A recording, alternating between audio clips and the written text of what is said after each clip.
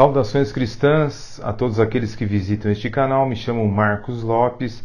Seja bem-vindo ao canal Espada Triunfante. Queridos, está muito na moda e sempre esteve na moda o misticismo. Então você tem desde revistas exaltando o paranormal, o mundo paranormal, né? Como você tem também astrólogos, né? Videntes, né? Como por exemplo saiu nessa revista bem antiga aqui, nessa revista Veja, né? Veja São Paulo, né? Mostrando aí, né? Charlatões do amor. Consultamos 10 astrólogos, tarólogos e outros bruxos da adivinhação. Chegaram a pedir R$3.000 para trazer a pessoa amada de volta em 24 horas. Então nós temos aí também vários charlatões usando do esoterismo, do misticismo, do espiritismo. Bem, sempre esteve na moda a questão do paranormal. Agora, na Netflix, agora nesse ano de 2021, inaugurou aí uma série chamada Vida Após a Morte, ok? Então você observa que é uma série que explora as questões da reencarnação, da vida após a morte, das experiências EQM, né, que seriam experiências quase morte, né? Então está na moda esse tipo de coisa. Vejam só esse vídeo aí. Has intrigued humans for as long as we've been around. As a physician, I know that most people don't think about death really until they're forced to. Her brain was not functioning, and yet she had the most vivid experience. My near-death experience changes how I understand death. We think these people, they're gone, but they're always watching after us. Someone said, "What is your name?" This thing is talking to us. Como podemos ver, então, essa série da Netflix é mais um, né, das séries que exaltam, né, o espiritismo, os médiuns, a reencarnação.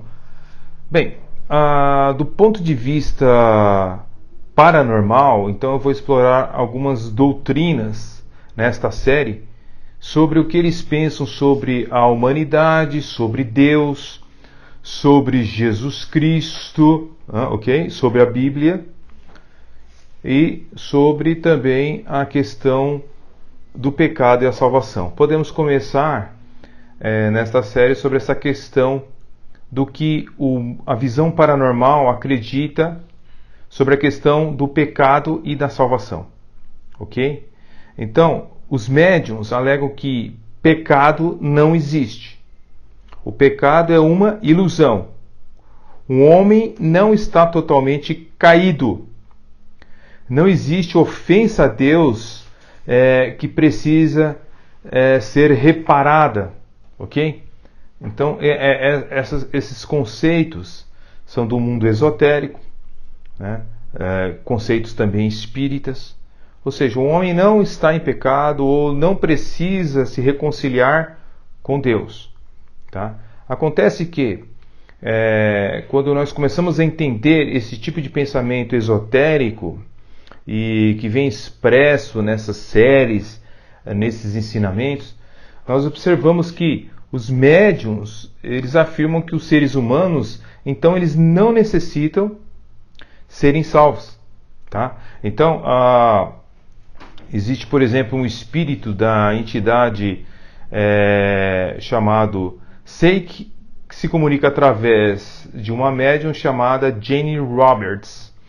E este espírito disse certa vez o seguinte: a alma não é algo que deve salvar ou redimir. Ok?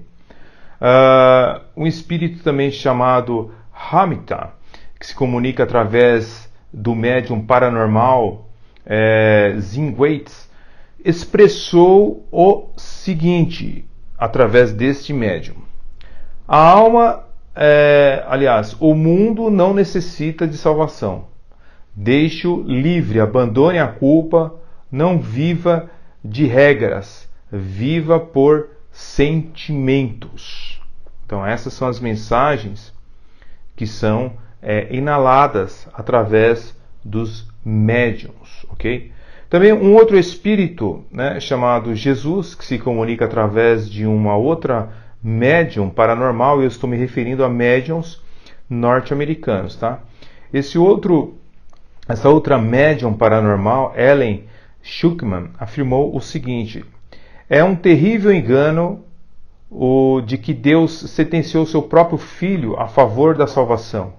É importante que tais pensamentos sejam banidos, para termos certeza de que nada desse tipo permaneça em nossas mentes. Então, esses espíritos, esses médiuns, ensinam algo totalmente antagônico ao que a Bíblia Sagrada ensina, ok? Então, vamos ver o ponto de vista agora, o ponto de vista cristão. O que diz o ponto de vista cristão sobre essa questão? Jesus, ele ensinou biblicamente que as pessoas têm um problema, e esse problema chama-se pecado, tá? E que não tem condições do ser humano resolver este problema por si próprio, tá? Ou mesmo evoluindo, ou buscando espíritos, tá? Conforme diz a palavra de Deus, nós iremos verificar de que não existe como remover este problema. E este problema só é resolvido através de Jesus Cristo, tá bom? Então, ele ensinou que as pessoas têm uma natureza má, tá? Você vê isso nas Escrituras Sagradas, e que os homens são capazes de grandes maldades, conforme Marcos capítulo 7, versículo 20 e versículo 23. Lucas capítulo 11, versículo 42 ao 52 ensina o mesmo procedimento. Também nós vemos que Jesus disse que as pessoas estão completamente perdidas, conforme Lucas capítulo 19, versículo 10. Que as pessoas são pecadoras, conforme Lucas capítulo 15, verso 10, e que necessitam de arrependimento diante de um santo Deus, conforme Marcos capítulo 1, versículo 15. Jesus geralmente falava de pecados humanos com metáforas que ilustram como o mal devasta e pode enfraquecer a própria vida. Ele descreve o pecado humano como uma cegueira, conforme Mateus capítulo 15, versículo 14. Tá? Ele descreve também como uma doença, conforme Mateus capítulo 9, versículo 12. Jesus descreve também o pecado como uma escravidão, conforme o Evangelho, conforme escreveu São João capítulo 8, versículo 34. E o pecado, segundo Jesus Cristo, é viver na escuridão, conforme João capítulo 3, versículo 19 a 21, capítulo 8, versículo 12 e João capítulo 12, versículo 35 ao 36. Ele também ensinou que esse estado, ou seja, o estado de pecaminosidade, é uma condição universal e que todas as pessoas são culpadas diante de Deus, ok? Além disso, Jesus também ensinou que os atos exteriores não são as únicas coisas que conferem a uma pessoa culpa pelo pecado, mas também pensamentos interiores, conforme Mateus capítulo 5, versículo 28. Por isso, então, que os seres humanos estão no pior estado e necessitam de salvação. Essa salvação, ela é encontrada não pela iluminação, pela busca de espíritos, mas depositando a fé na pessoa bendita de nosso Senhor e Salvador, Jesus Cristo, conforme João capítulo 3, versículo 16, e Atos capítulo 16, versículo 31, diz que não existe outro nome pelo qual os homens possam ser salvos, ok? Ele mesmo é a luz do mundo, conforme João 8, versículo 12. Salvador da humanidade, conforme Tito capítulo 2, versículo 13 e 14. Então, o homem, ele precisa e necessita de ser purificado dos seus pecados através do sangue de Jesus Cristo que foi derramado na cruz do Calvário. Justamente esta doutrina que os espíritos malignos, disfarçados de pessoas falecidas, negam frontalmente, porque eles precisam ensinar o contrário de que a Bíblia ensina, ou seja, Jesus Cristo não é o caminho, a luz e a vida. É a vida presente, é a única oportunidade que temos de colocar a fé nele, depositar a fé nele. Não existe uma segunda chance, como por exemplo uma reencarnação.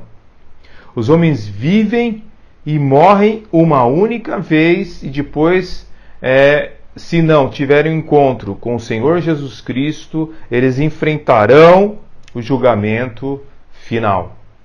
A Bíblia é bem clara em Hebreus capítulo 9, versículo 27. Leia aí na sua Bíblia, católica ou protestante, leia aí Hebreus 9, versículo 27.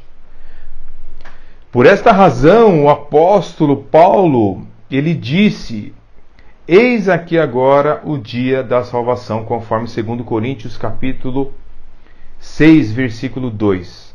Então, meus queridos, fiquem atentos, vocês que não têm religião, vocês que têm religião, para que não percam foco na pessoa bendita de nosso Senhor e Salvador Jesus Cristo, o nome mais conhecido no planeta Terra, e é por este nome que as pessoas obterão a salvação. O Deus Todo-Poderoso traçou um caminho, traçou um método, e o método é a pessoa de nosso Senhor e Salvador Jesus Cristo. É por isso que os espíritos tendem a enganar as pessoas através dos médiuns, trazendo um outro caminho, uma outra sugestão, mas que realmente contraria totalmente as Escrituras Sagradas.